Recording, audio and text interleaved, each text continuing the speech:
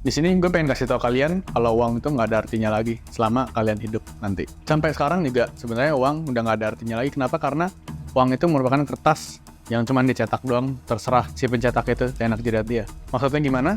Kalau uang itu udah nggak ada artinya lagi, berarti kalian harus cetak uang lebih banyak daripada mesin cetak itu. Investasi adalah kereta terbaik sepanjang masa yang semua orang itu bisa lakukan sepanjang hidupnya dia sampai dia mati. Dimana investasi merupakan perpindahan value sekarang ke yang akan datang. Dimana value-nya itu bukan dalam bentuk nominal, tapi buying power atau purchasing power. Di sini, gue bagi dalam dua hal penting aja yang harus kalian fokus di dalam hidup kalian sendiri, yaitu satu, human capital, dan dua adalah financial capital. Kenapa gue bagi dalam dua ini? Karena dua-duanya ini merupakan format terpenting yang ada di dalam hidup kalian. Kalau human capital itu adalah format atau faktor di mana kalian itu menukar waktu kalian dengan uang kertas tadi itu, atau uang digital, atau apapun itulah yang kalian itu dibayar atas pemberian waktu yang kalian berikan atas produksi atau jasa kepada orang lain atau sekitar kalian. Dimana human capital sendiri ini setiap orang beda-beda, dimana setiap orang punya kapasitas yang lebih banyak dan lebih sedikit dibanding orang lain. Dimana human capital sendiri ini, kalian let's say bikin kopi atau kalian bikin makanan. Orang beli kopi kalian atau makanan kalian, disitulah human capital bekerja. Kalian dibayar atas apa yang kalian kerjain dalam segi bentuk barang ataupun jasa. Dimana human capital sendiri ini yang akan support financial capital kalian di kemudian hari. Jadi setiap manusia itu diformat untuk memiliki human capital. Ya jelas, kalau nggak lu punya duit dari mana? Jadi kemarin ada followers gue ngomong ke gue DM, bro, gue boleh nggak potongin rambut lu? Lu di mana? Gue samperin deh. Kebetulan kemarin gue baru pulang dari Jogja. Akhirnya gue bales, oke bro, boleh. Nanti samperin ke ini gue aja, ke tempat gue aja. Singkat cerita, kenapa gue ngomong ini? Karena dia punya value untuk nge-leverage human capital dia, dimana dia itu punya skill set untuk potongin rambut orang. Ya, dia bisa potongin rambut siapa aja, cowok tapi ya. Manusia itu udah dibikin untuk menciptakan human capital, tapi sebanyak apa human capital yang orang lain ciptain, atau setiap orang beda-beda human capitalnya. Setiap orang memiliki kapasitas untuk menghasilkan human capital yang berbeda-beda. Makanya di sini gue bahas human capital dulu. Semua orang emang diformat untuk ngebikin yang namanya human capital, tapi semuanya beda-beda. Ada 3 hal penting ini yang kalian harus tahu gimana caranya bikin human capital, bahkan sampai infinite human capital. Ada 3. Yang pertama itu valuable transaction, the scarcity of skill set, sama yang satu lagi the driven. Kalau tadi ngomong human capital, sekarang ngomong financial capital. Financial capital merupakan uang yang kalian putar sebagai investasi atau sebagai perputaran pada penggandaan duit setiap harinya yang kalian lakukan. Cuman bedanya di sini apa? Financial capital orang beda-beda, dan bagaimana aset ini berjalan secara terus-menerus dalam hidup kalian. Kalian taruhnya di mana dari financial capital itu? Tujuan utama kenapa adanya financial capital, di mana tujuan orang ini pasti beda-beda ya. Financial capital itu seperti kayak tadi yang gue bilang, investasi, perpindahan value sekarang ke yang masa akan datang sesuai dengan purchasing power yang ada nantinya. Sekarang gue bahas satu persatu. Yang pertama itu valuable transaction. Di sini gue kasih tahu valuable transaction itu setiap orang berbeda-beda. Dimana misal dokter spesialis jantung dengan dokter umum, dokter yang pada umumnya DR biasa, value-nya itu beda dari dokter spesialis dibanding dokter umum. Nih gue nggak ngediskreditkan dokter tuh gimana. Dokter spesialis akan punya spesialis yang lebih besar dan value lebih besar dibanding yang pada umumnya. Dia dimana dia punya kompetensi di satu penyakit itu. Karena apa? Dia spesial. Nah sekarang yang kedua, the scarcity of skill set.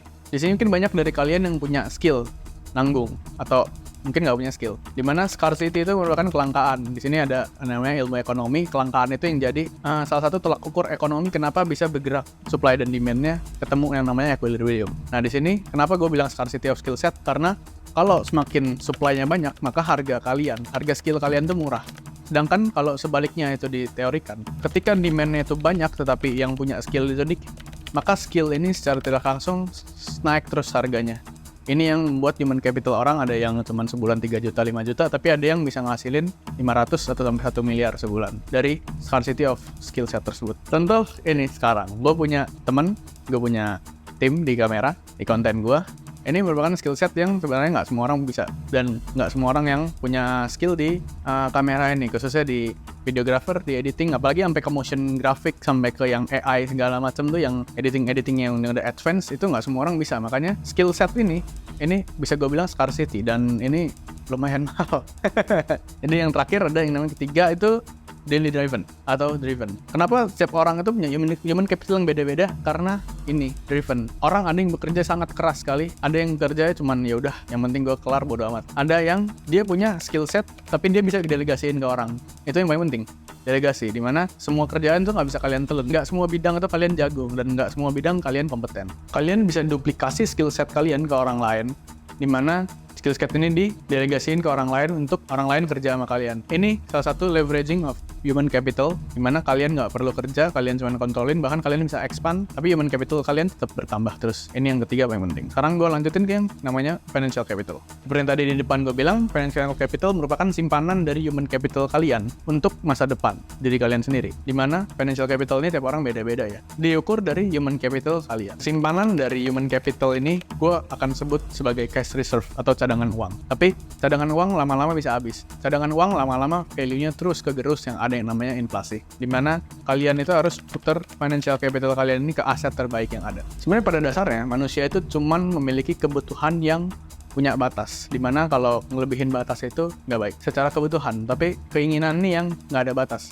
Nah, di sini gue pengen kasih tahu human capital ini setiap orang beda-beda. Kalau lu pernah lihat di financial advisor di Instagram atau di TikTok 50, 20, 30 dan lain-lain. Oke, itu mungkin masih berlaku kalau misalnya uang kalian atau gaji kalian 5-10 juta dan lain sebagainya. Itu mungkin masih relevan, tapi gimana ketika human capital kalian udah berlipat ganda, udah 3 digit dan lain sebagainya, kebutuhan kalian nggak mungkin 50% dari human capital kalian. Kalian harus tembakin semua ke financial capital. Kenapa? Karena financial capital yang akan menolong kalian di masa depan nanti. Kalau gue bilang tadi keinginan nggak ada batasnya, yes. Financial capital juga nggak ada batasnya, dimana infinite leverage ini kalian harus punya setiap orang. Tapi balik lagi, seperti apa kalian nyampe ke titik itu. Secepat-cepatnya kalian pindahin yang namanya human capital kalian, resource-nya pindah semua ke financial capital. Dan ini dua hal yang paling penting. Kalian tuh harus generate cash flow sama generate interest utang. Dimana sebelum kalian masuk ke financial capital, kalian harus babat abisin. Generate cash flow kalian harus positif. Yang kedua itu utang. Dimana utang ini adalah energi negatif terbesar yang orang punya. Ini akan ngabisin uang kalian secara terus-menerus sampai sepanjang kalian lunasin utang itu. Dari mana cara lunasin utang? Dari human capital. Kalian harus cari human capital sebanyak-banyaknya, bikin utang kalian sampai 0. Setelah utangnya itu 0, tembak semua human capital ke financial capital. Itu yang akan menolong kalian lebih baik di depan. Kalau lu tanya, bro, financial capital taruh di mana? Beli apa? Atau gimana caranya? Caranya mungkin gampang. Gue cuma jawab satu kata doang, investasi. Tapi kalau lu tanya di mana, ini opini gue.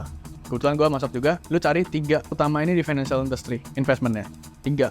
1 di indeks saham luar negeri, US. Kalau lu mau gila lagi main di Hong Kong sama di Jepang, crypto, di Bitcoin. Paling aman Bitcoin sebenarnya, karena dia itu merupakan gold asetnya cryptocurrency. Dan yang terakhir itu di project. Di project, terserah lu mau project yang ada sahamnya, lu mau project mungkin temen lu, atau mungkin di bisnis kalian sendiri, itu merupakan financial capital juga. Jadi tujuan gue ngomong di sini apa? Kalian harus gedein yang namanya human capital kalian dulu. Jangan human capital kalian masih kecil, kalian udah fokus yang namanya ke financial capital. Nggak, gedein dulu human capital kalian, tembakin semua ke financial capital. Dimana financial capital ini akan menolong kalian. Mungkin gue bakal lanjutin video ini lebih banyak lagi, lebih dalam lagi. Dimana caranya kalian bisa nyari human capital, dimana caranya kalian switching human capital kalian ke financial capital kalian, dimana caranya cash reserve uang-uang kalian dari human capital kalian, dan lain sebagainya. Mungkin video sampai sini aja, tapi ini penting untuk kalian.